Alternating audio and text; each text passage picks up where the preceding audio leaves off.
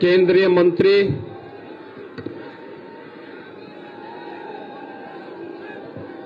श्री संजीव बालियान जी, उत्तर प्रदेश सरकार में मंत्री चौधरी भूपेंद्र सिंह जी, जिला के प्रभारी श्री सत्येंद्र सिसोदिया जी, बुढ़ाना के लोकप्रिय विधायक और यहां से लोकप्रिय प्रत्याशी श्री उमेश मलिक जी, विधानसभा के प्रभारी श्री प्रमोद अट्टा जी, जितेंद्र त्यागी जी, परमेश सैनी जी, राम कुमार सहरावत जी, विनीत कात्यायन जी, सचिन सिंघल जी, विकास अग्रवाल जी, ठाकुर रामनाथ सिंह जी, प्रमोद कश्यप जी, विजय चौधरी जी, राजकुमार सिद्धार्थ जी, बबलू चौधरी जी, आज के इस कार्यक्रम में उपस्थित भारतीय जनता पार्टी के सभी पदाधिकारीगण और बुढ़ाना विधानसभा क्षेत्र से उपस्थित सभी भाइयों बहनों, मुजफ्फरनगर की जिस धरती पर आज से 5000 वर्ष पहले महाराज परीक्षित को श्रीमद् भागवत महापुराण कथा के श्रवण का आनंद प्राप्त हुआ था और उन्हें मुक्ति मिली थी, ऐसे सुख तीर्थ की धरती को मैं कोटि कोटि नमन करते हुए बुढ़ाना क्षेत्र से जुड़े हुए आप सभी भाइयों बहनों का मैं हृदय से अभिनंदन करता हूं। भाइयों बहनों, सुख तीर्थ के विकास के लिए हमारी सरकार ने पूरा प्रयास किया है। त्रेता युग की याद को ताजा करने के लिए सरकार हर संभव प्रयास कर रही है और फिर करेंगे भी क्यों नहीं। आपने देखा होगा पिछले 5 वर्ष से उत्तर प्रदेश के अंदर भारतीय जनता पार्टी की डबल इंजन की सरकार बिना रुके, बिना डिगे, बिना थके और बिना झुके हर तीर्थ स्थल का विकास कर रही है। मुझे एक सेकुलर नेता मिले, उन्होंने कहा कि आप केवल तीर्थों की बात क्यों करते हैं। मैंने कहा देखो भाई, हमारी जहां आस्था होगी वही काम हम करेंगे। हम अयोध्या का विकास करेंगे, ब्रज तीर्थ का विकास करेंगे, मथुरा वृंदावन का विकास करेंगे, काशी का विकास करेंगे, सुख तीर्थ का विकास करेंगे और सपा और लोकदल के लोग तो कब्रिस्तान का विकास करने के लिए भगवान ने पैदा करके भेजे ही हैं। आप समाजवादी पार्टी और लोकदल के किसी नेता से पूछिए कि उनको जब भी सत्ता में रहने का अवसर प्राप्त हुआ, भाइयों बहनों, देश के बड़े किसान नेता थे चौधरी चरण सिंह जी। चौधरी चरण सिंह जी देश के प्रधानमंत्री भी रहे और चौधरी साहब हमेशा किसानों के हितों की बात करते थे। लेकिन इन लोगों ने चौधरी साहब की भी अंतिम इच्छा का पालन नहीं किया। चौधरी साहब एक बात कहा करते थे और वह कहते थे कि रमाला चीनी मिल का विस्तार होना चाहिए, उसका सुंदरीकरण होना चाहिए, उसका विस्तारीकरण होना चाहिए, आधुनिकीकरण होना चाहिए। सपा और लोकदल की सरकार थी, नहीं किए। कांग्रेस की सरकार थी, नहीं किए।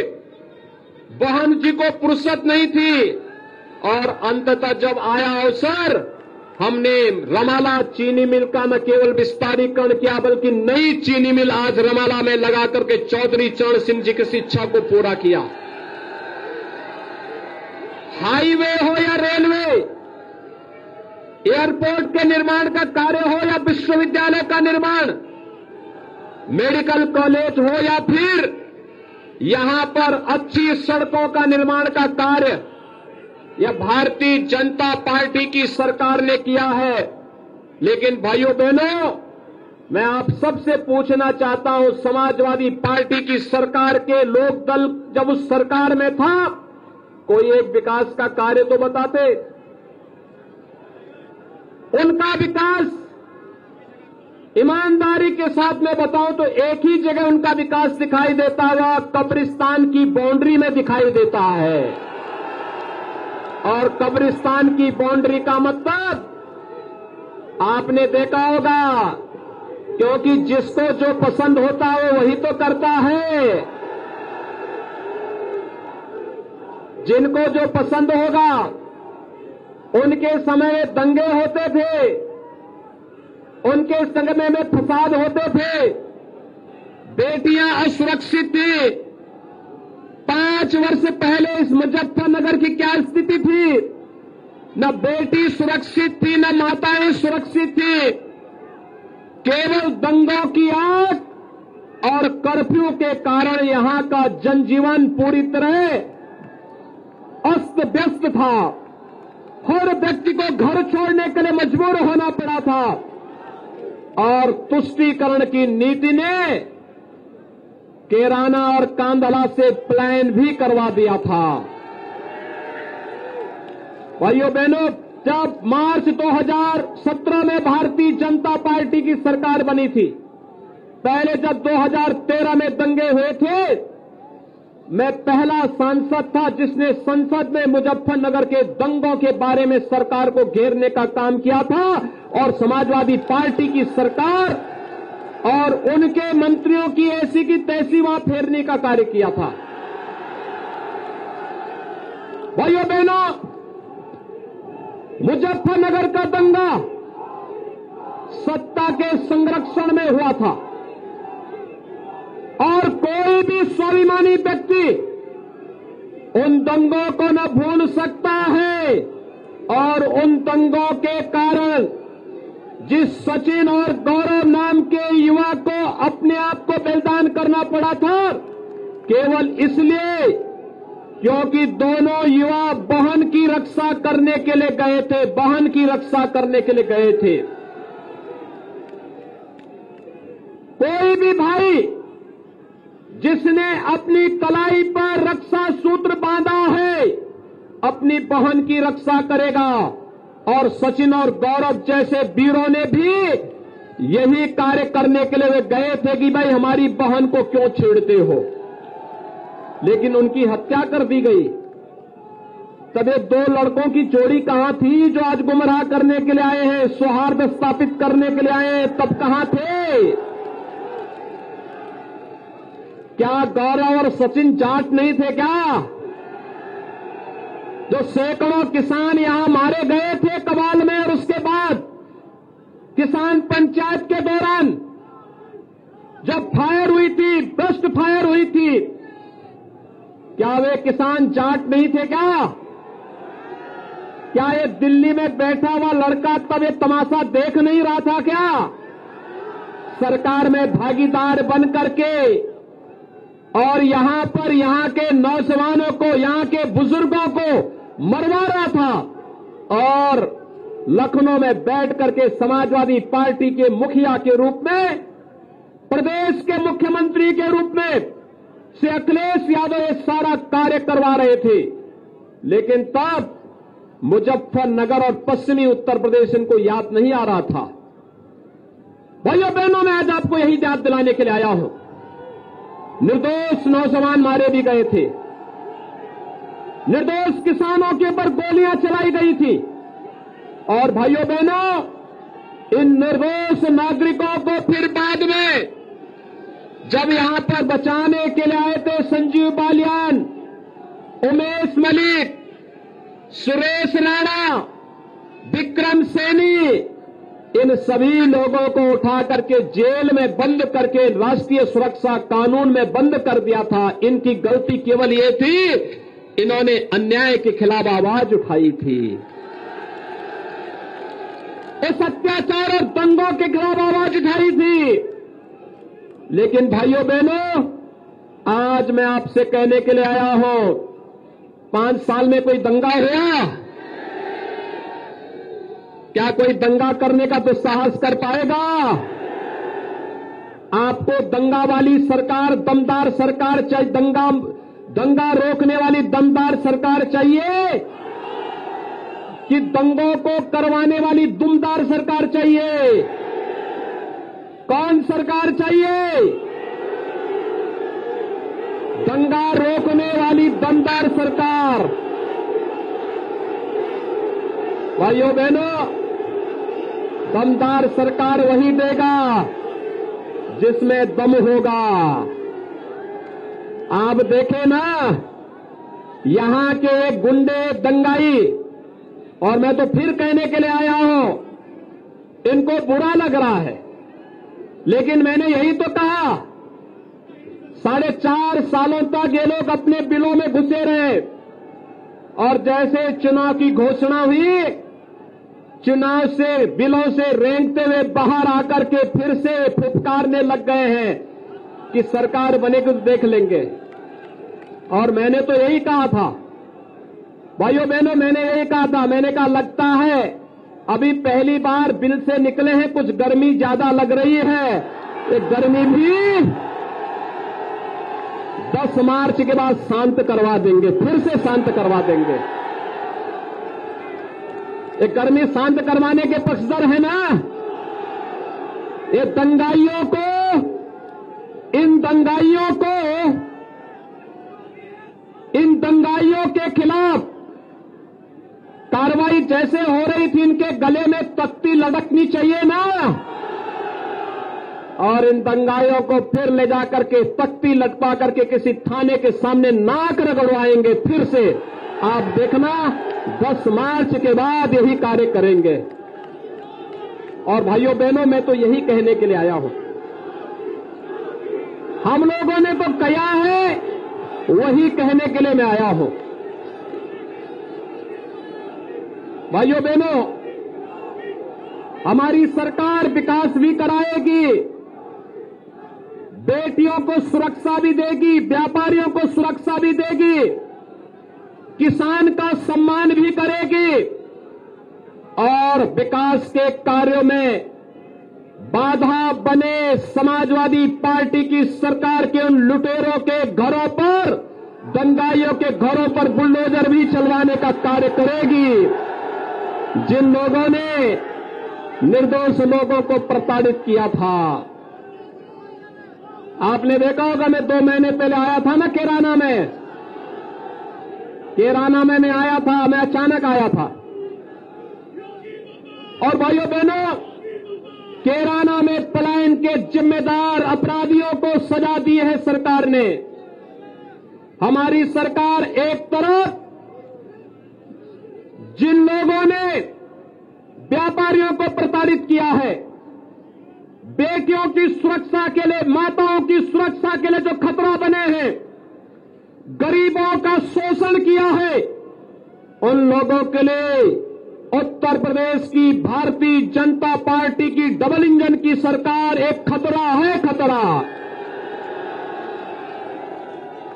और उन लोगों के लिए हमारे पहले से ही हम लोगों ने कह रखा है, भाई देखो, अगर छेड़ा होगा तो छोड़ेंगे तो नहीं, कहीं भी चले जाओगे। और बहुत चुनाव के दौरान गर्मी दिखाने की आवश्यकता नहीं। सपा के मुखिया कह रहे थे कि गर्म खून नहीं रहेगा तो हम जी नहीं सकते। अरे वो गर्म खून तब कहा गया था जब सचिन और गौरव जैसे युवाओं की निर्मम हत्या हो रही थी, जब यहां के सैकड़ों किसानों पर गोलीबारी हो रही थी, तब एक गर्म खून कहां चला गया था। और मैं पूछना चाहता हूं, यहां के हजारों नौजवान और किसानों के ऊपर झूठे मुकदमे दर्ज किए गए थे, हमारी सरकार ने वे मुकदमे वापस लेकर के समाप्त भी किए हैं। क्योंकि मुकदमे झूठे थे। जब डॉक्टर संजीव बालियान के नेतृत्व में उमेश मलिक, विक्रम सैनी और हमारे सभी विधायकगण आए, इन्होंने कहा यहां के किसानों के साथ आए थे, इन्होंने कहा साहब क्या गलती थी? मैंने कहा नहीं, गलती आपकी नहीं थी, गलती तो समाजवादी पार्टी के समय में अखिलेश यादव की थी, जिसका अपनी सरकार पर नियंत्रण नहीं था। ये सरकार आपकी है। झूठे मुकदमे वापस होंगे, निर्दोषों के मुकदमे वापस होंगे और दंगाइयों को उनके किए की सजा भी दिलवाने का काम करेंगे। आज आप देखे होंगे वे दंगाई सब एक एक करके सब अपने अपने लोक की यात्रा में जा रहे हैं। और भाइयों बहनों, आज मैं आप सबको यही कहने के लिए आया हूं, भारतीय जनता पार्टी की डबल इंजन की सरकार एक तरफ सुरक्षा का बेहतर वातावरण बना रही है, तो दूसरी तरफ हम लोगों ने विकास के बड़े बड़े कार्य भी किए और कोरोना कालखंड में फ्री में टेस्ट, फ्री में उपचार, फ्री में वैक्सीन लगा लिया। कितने लोगों ने लगाया वैक्सीन? थोड़ा हाथ खड़ा करके बताओ, जो दोनों हाथ खड़ा करके मुझे बताओ कितने लोगों ने वैक्सीन लगाई है। ये तो 100% लोगों ने वैक्सीन लगा ली है। आपका अभिनंदन। भाइयों बहनों, जो वैक्सीन के बारे में गुमराह कर रहे थे, आज वक्त आ गया है। जो लोग जनवरी और फरवरी 2020 में कहते थे ये वैक्सीन मोदी वैक्सीन है, भाजपा वैक्सीन है, उनको आज बताने की आवश्यकता है कि ये मोदी वैक्सीन और भाजपा की वैक्सीन ने ही कोरोना से जान को बचाया है, इसलिए वोट भी मोदी जी को और भाजपा को ही जाएगा। बताएंगे? सभी लोग तैयार हैं? भाइयों बहनों, मुझे एक बात बताइए, ये सपा की सरकार के समय बिजली मिलती थी और किसानों का ट्यूबवेल का इन्होंने डार्क जोन क्यों घोषित किया मालूम है ना? बिजली नहीं देते तो डार्क तो होना ही था, यानी कनेक्शन न देना पड़े, क्योंकि बिजली इनके समय थी नहीं। अंधेरे में रहने के आदी थे, क्योंकि अंधेरे में ही इनकी डकैतियां भी पड़ती थी। कहावत है ना, चांदनी रात चोरों को अच्छी लगती है। तो बिजली कहां से? जब बिजली नहीं देते तो फ्री कहां से देंगे? फिर कह देंगे मुजफ्फरनगर डार्क जोन है। हमने कहा भी देखो, भाजपा की सरकार में कोई डार्क नहीं होता, सब जगह लाइट ही लाइट रहती है। आज तो बिजली मिलती है ना, भेदभाव नहीं होता है ना, बिजली भी आपको दी जा रही। हमने तो किसानों के ट्यूबवेल का रेट भी आधा कर दिया है और हमने कहा किसानों को और भी रियायत देंगे। आने वाले समय में भारतीय जनता पार्टी की डबल इंजन की सरकार का संकल्प है, हर किसान को सोलर पंप देंगे, सोलर का पैनल देंगे और फ्री में लाइट वो जलाएगा और अपनी लाइट को बेचेगा भी। जिन लोगों ने बिजली दी नहीं, वे बिजली फ्री में देंगे कहां से? और भाइयों बहनों, आज जो विश्वविद्यालय हम बना रहे हैं, आज विश्वविद्यालय बन रहे हैं, मेडिकल कॉलेज बन रहे हैं, सड़कें बन रही हैं, डबल इंजन की सरकार है तो डबल डोज राशन की भी मिल रही होगी। राशन डबल डोज मिल रहा है ना? पहले ये पैसा कहां जाता था? पहले यही पैसा इत्र वाले मित्र के घर चला जाता था। कहां जाता था? इत्र वाले मित्र के घर। और आज जब हम एक हाथ से विकास करा रहे हैं और दूसरे हाथ में बुलडोजर लेकर के इत्र वाले मित्रों के घर पर चला रहे हैं, तो अखिलेश यादव जी को बुरा लग जाता है और कहते हैं साहब विकास तो समझ में आता, लेकिन ये बुलडोजर का मतलब क्या है? मैंने कहा ये भी समझ जाओगे, चिंता मत करो, अभी बबुआ के बबुआ ही रह गए हो, कुछ दिनों के बाद अभी समझ में ये भी आ जाएगा कि बुलडोजर का मतलब क्या होता है। भाइयों बहनों, ये चुनाव आर पार की लड़ाई है। आर पार की लड़ाई है। आपको कर्फ्यू वाली सरकार चाहिए या कांवड़ यात्रा वाली सरकार चाहिए? कर्फ्यू पसंद करते हैं या कांवड़ यात्रा? कांवड़ यात्रा कौन चलाएगा?